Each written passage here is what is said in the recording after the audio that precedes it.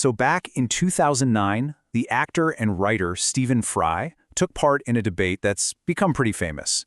The question was a big one. Is the Catholic Church a force for good in the world? Well, Fry argued against it, and he did so with incredible passion. In this explainer, we're going to break down the key pillars of his really powerful and personal case, using his own words to get to the heart of his argument. Right off the bat, Fry doesn't start with some dry academic point. Nope. He opens with this quote from Oscar Wilde, and it tells you everything you need to know about where he's coming from. This isn't just an intellectual exercise for him. It's deeply personal, and it's something he feels not just a duty, but a pleasure to say out loud. Now, before he really launches into his critique, Fry makes a really crucial distinction. His argument isn't some blanket attack on faith or on religious people in general. It's actually a very targeted critique of the institution itself. And this is where he really draws the line in the sand. He's very clear that he has absolutely no problem with individual Catholics who find real comfort and joy and salvation in their faith. His issue is with the hierarchy, the dogma, and the power structure of the Church as this massive institution, both in the past and right now, today. Okay, so a huge piece of Fry's argument is this idea that you can't just brush off the Church's past. He argues that its history isn't some closed book that we can just put away on a shelf. For him, it's a living, breathing force that is still shaping and defining the institution in the here and now. I mean, this quote is just so vivid, right? It shows that for Fry, history isn't just a collection of dusty old stories. It's an active presence. He's saying that the decisions and the actions of the past are still echoing today, and if we ignore them, we're completely missing the fundamental character of the Church. And to really hammer this point home, he uses the example of Sir Thomas More. Now this, he points out, is a man who literally tortured people for the crime of wanting to read the Bible in their own language. But get this, centuries later, the Church makes him a saint. And then, as recently as the year 2000, he's elevated again to become the patron saint of politicians. For Fry, this isn't just history. He sees it as a modern-day endorsement of that historical cruelty. And that leads us right into Fry's next big point, that the Church's power wasn't just built on what it did historically, but on specific theological ideas, doctrines that he argues were basically invented to keep a tight grip on people and to enrich the institution. He zeroes in on three key concepts here. First, purgatory. He calls it a brilliant coup that's not even in the Bible, but it allowed the Church to charge people money for prayers to get their loved ones into heaven faster. Second, apostolic succession, this idea that only priests have the real power to forgive sins, which basically makes them the essential middlemen you can't get around. And third, intercession, the belief that you can only find salvation through the institution. And it all kind of boils down to this one core dogma. Outside the Church, there is no salvation.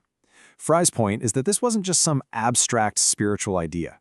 No, this was the justification, the theological permission slip, if you will, for a kind of missionary zeal that, in his words, led to the rape and torture of indigenous peoples during colonial times. Because if there's no salvation outside the Church, well, then you can justify almost anything to bring people in. Okay, so from history, Fry yanks the argument right into the modern world. His whole point is that these old structures and beliefs, well, they're directly responsible for immense suffering, right here, right now. And when it comes to the child abuse scandal, he points to this quote as pretty damning evidence. This was a direct order from Cardinal Ratzinger, the man who would become Pope Benedict, demanding absolute secrecy. The order wasn't for transparency, right? It wasn't for justice for the victims. It was for perpetual silence. And this right here is the absolute heart of his accusation. He argues the abuse scandal wasn't just the fault of a few bad apples. It was the result of a systemic, top-down policy that was specifically designed to protect the reputation and the power of the institution, no matter what it cost the children. From there, Fry shifts to the Church's teachings on homosexuality. And to show the real-world damage, he draws a direct line from the Church's language, calling it a disorder or moral evil, to this heartbreaking statistic that 6% of all teenage suicides are gay teens who face the exact kind of stigma that he argues this rhetoric fuels.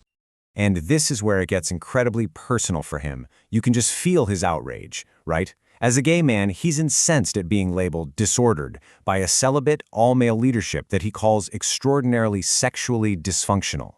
He's basically saying, who are they to lecture him or anyone on what is natural or normal when it comes to love?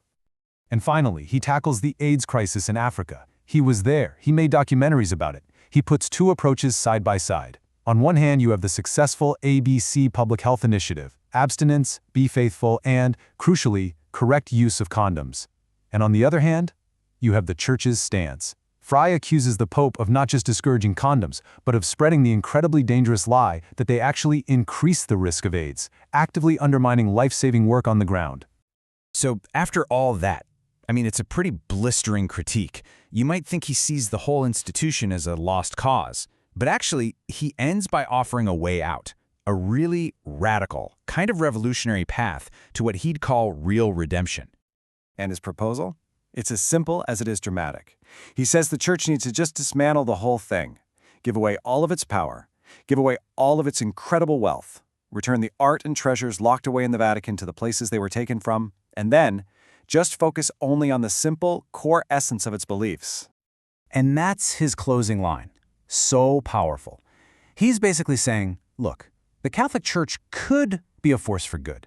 He's willing to concede that, but only if it goes through this total, radical transformation. And until that day comes, he says, it is not. And he leaves everyone with this one last really provocative question. He asks you to imagine, what would that simple carpenter from Galilee, the guy at the very heart of Christianity, what would he think of the gold, the marble, the power, the princes of the modern church? And that question, well, it really gets to the absolute core of his entire argument, leaving us all to wonder about the massive gulf he sees between the man and the institution built in his name.